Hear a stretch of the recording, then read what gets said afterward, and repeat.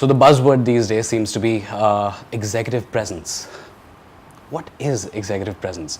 Some of the feedback that we get from participants is, or what they've been receiving in organizations, is really around make your presence felt. The ability to stand up and have a conversation, to be able to express your point of view, to be able to leave a mark, a footprint in a meeting. I can imagine the frustration that might be going through in these participants, because they'll be wondering, I'm doing my work, I'm technically brilliant, this is what I'm here to achieve, and yet to grow up in this hierarchy, somehow I have to get my visibility out there. And I can imagine that must be foo-foo, because how do we tangibilize something as a word that is impact or executive presence? Now, how do we go about such stuff? So at Maynard Leigh, what we're really hoping for is to create a space which is absolutely safe, where this participant walks in and gets to experience absolute vulnerability and the ability to express what's going on internally and realize in that moment the impact and the charisma with which it can land on people around. And our hope is to be able to take some of that back to the place of work and create that space for themselves.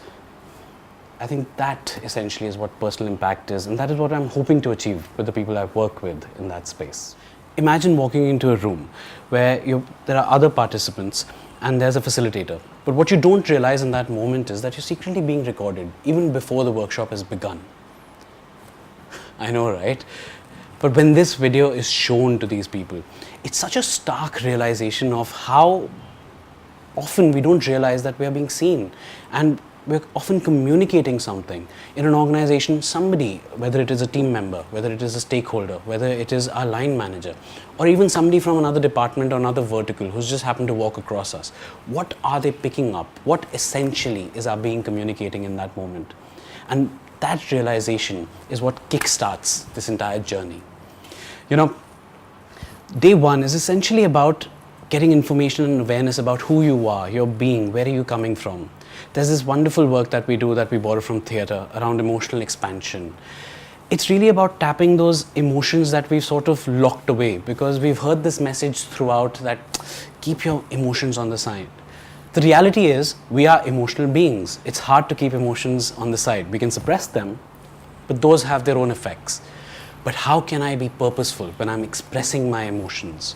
The ability to absolutely appreciate the team and help them feel motivated, inspired, and engaged. To really be concerned about the challenges you're facing and comfortably express them with a client. These are the things that create impact, and that's where we work with these people on. It's not only about what makes them confident, it's also about what's been holding them back, and that's where being a coach helps.